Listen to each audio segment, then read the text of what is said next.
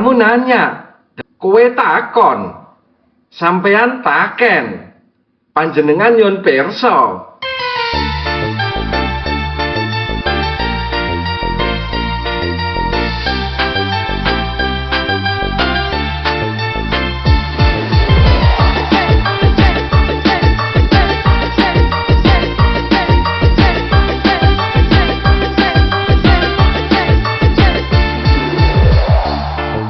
Kamu nanya, kowe takon, sampean taken, panjenengan nyun pirsa.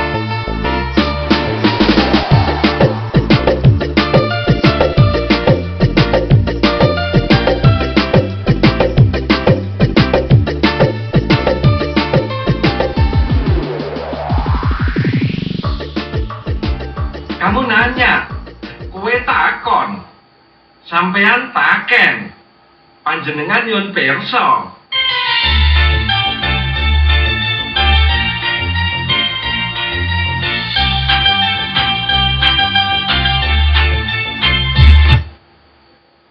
Oke, Assalamualaikum warahmatullahi wabarakatuh. Itulah bahasa intermezzo lah, istilahnya itu gerakan saya ke BUMDes itu. Kalau anak muda bilang kan, kamu nanya, kamu bertanya-tanya, seperti itu bahasa anak muda yang gaul. Cuman karena ini serius ya, saya gerakan serius menanyakan transparansi BUMDes ya, nggak boleh gurau, semua ada aturan mainnya. Oke, saya sampaikan kepada masyarakat dagangan khususnya, atau yang melihat channel saya. Saya diundang oleh Pak Camat untuk melaksanakan mediasi tentang BUMDes Desa Dagangan. Panjang lebar di forum tersebut, baik dari beliaunya Pak Camat, dari pihak BUMDes, penasihatnya, yaitu kepala desa, termasuk kepala BUMDesnya tadi juga menyampaikan walaupun nggak banyak. Terus dari BPD juga ada menyampaikan tadi, dan saya sendiri sebagai perwakilan mediasi atau perwakilan masyarakat yang menanyakan masalah transparansi BUMDes. Sekilas pembentukan BUMDes ataupun unit-unitnya. Kemudian Bapak Camat menanyakan kepada saya sebagai penanya. Bapak Camat menanyakan, Bapak Masim sudah menerima penjelasan itu atau belum? Saya bilang terima. Tetapi bahan yang diterangkan oleh penasihat BUMDes apapun bentuknya, mulai dari pembentukan organisasinya, apalagi lebih-lebih ke masalah keuangannya, materi itu supaya dibawa nanti saat musdes. Karena nanti beda, kalau hari ini kan saya sendiri untuk menyampaikan aspirasi ini. Nanti ketika di musdes kan ada orang banyak. Di situ ada perwakilan tokoh masyarakat, tokoh agama, tokoh pemuda, tokoh wanita, mulai dari Kasun, RT, RW, dan sebagainya. Banyak yang menanggapi, pasti banyak yang menanyakan. Bapak Camat menanyakan ke penasehat bahwa permintaan saya, materi yang diterangkan oleh penasihat BUMDes supaya dibawa ke musdes bagaimana? Tanya oleh beliau Bapak Camat kepada penasihat BUMDes. kepala desa atau penasihat BUMDes tidak mau musdes, alasannya tidak ada dasar hukumnya atau landasannya gitu. Nah, kemudian Pak Camat tanya ke saya, bagaimana Pak Marsin? Saya jawab, saya tetap minta untuk musdes. Jadi beda. Kalau orang Jawa bilang kembang sentul, siji ngalor, siji ngidul. Yang penasihat BUMDes tidak mau musdes, saya sebagai perwakilan masyarakat minta musdes, karena nanti di situ banyak yang hadir dan BUMDes harus menjelaskan materi-materi yang tadi diterangkan. Saya kan masyarakat nggak tahu hukum, saya nggak tahu dasar, ya saya istilahnya pakai harga mati. Musdes adalah harga mati, entah itu benar atau salah, ada dasarnya atau tidak. Bagi saya musyawarah, ya, musyawarah tingkat desa yang dihadiri beberapa tokoh pemuda, ibu-ibu, para penuh disabilitas, cacat itu, tokoh agama, RT RW dan sebagainya hadir di situ, sampaikan materi itu. Akhirnya saya di rumah cobalah buka-buka YouTube. Ternyata ada ternyata dasar hukumnya. Musdes atau musyawarah desa khusus membahas pelaporan ketua BUMDes ke forum musdes. Ada. Maka nanti setelah ini saya tayangkan bahwa ini buktinya ada dasar hukumnya.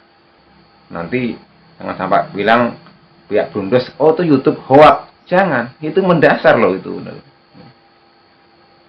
Bukan hoax. Itu benar.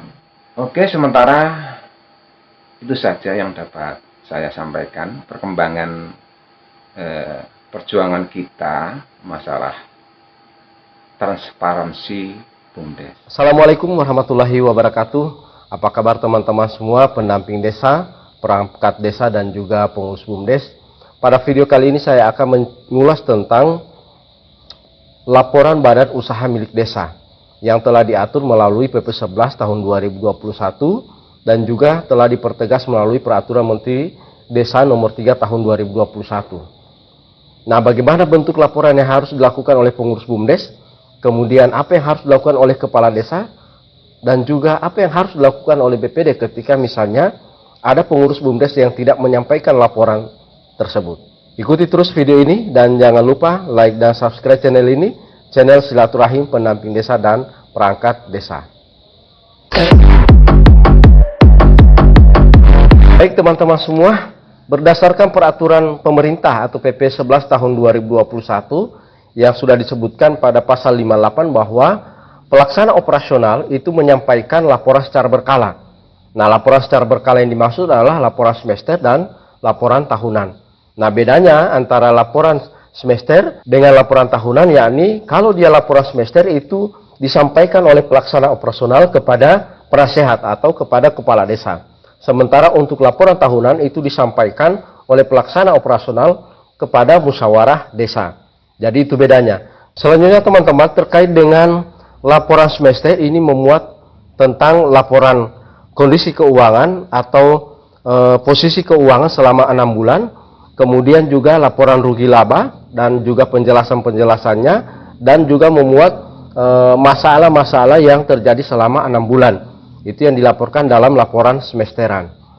Selanjutnya untuk laporan tahunan ini disampaikan oleh pelaksana operasional pada musyawarah desa. Namun sebelum pelaksanaan musyawarah desa, maka terlebih dahulu laporan tersebut itu harus ditelaah dulu atau divalidasi dulu oleh penasehat, dalam hal ini kepala desa, dan juga oleh badan pengawas. Kemudian yang berikut muatan daripada laporan tahunan ini, yang pertama adalah laporan keuangan selama 1 tahun, laporan rugi laba, kemudian laporan pelaksanaan kegiatan selama 1 tahun, laporan masalah, dan juga laporan tugas yang telah dilaksanakan oleh pelaksana operasional, penasehat maupun oleh badan pengawas.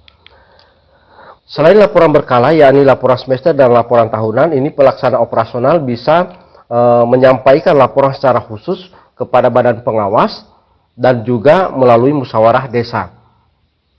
Hal ini bisa dilakukan apabila ada hal-hal khusus yang perlu disampaikan atau ada kebijakan-kebijakan yang akan diambil oleh pelaksana operasional terkait dengan pelaksanaan kegiatan badan usaha milik desa. Kemudian musyawarah desa ini dapat dilangsungkan apabila dihadiri oleh kepala desa, kemudian BPD, dan juga perwakilan dari masyarakat. Nah, perwakilan dari masyarakat dimaksud diantaranya adalah masyarakat yang ikut menyertakan modalnya ke BUMDes apabila ada, kemudian perwakilan dari masing-masing dusun atau RT, dan juga kelompok-kelompok masyarakat. Nah, tentunya untuk musyawarah desa ini keputusan atau pengambilan kebijakannya dilakukan secara musyawarah mufakat. Nah, pertanyaan selanjutnya adalah bagaimana jika seandainya pengurus BUMDes atau pelaksana operasional ini tidak menyampaikan laporan tahunan atau tidak menyampaikan laporan semesteran. Apa yang harus dilakukan oleh kepala desa, badan pengawas maupun BPD? Nah, teman-teman semua, sudah diatur juga melalui peraturan Menteri Desa bahwa salah satu tugas dan tanggung jawab daripada pelaksana operasional adalah menyampaikan laporan. Hanya kalau dia tidak menyampaikan laporan, maka dia dianggap melanggar anggaran dasar dan anggaran rumah tangga daripada badan usaha milik desa. Nah, salah satu sanksinya adalah dapat diberhentikan dari kepengurusannya. Nah, tentunya untuk pemberhentian pelaksana operasional ini melalui proses musyawarah desa. Pertanyaan selanjutnya adalah apakah setelah pengurus BUMDes atau pelaksana operasional itu diberhentikan lantas dia terbebas dari pertanggungjawabannya? Nah, tentu jawabannya adalah tidak. Karena kenapa? Sudah diatur juga dalam peraturan Menteri Desa terkait dengan musyawarah desa bahwa ada langkah-langkah yang harus dilakukan di dalam menyelesaikan masalah. Nah, tentunya langkah-langkahnya diputuskan lewat musyawarah desa. Yang pertama adalah musyawarah desa ini bisa membentuk yang namanya tim audit independen.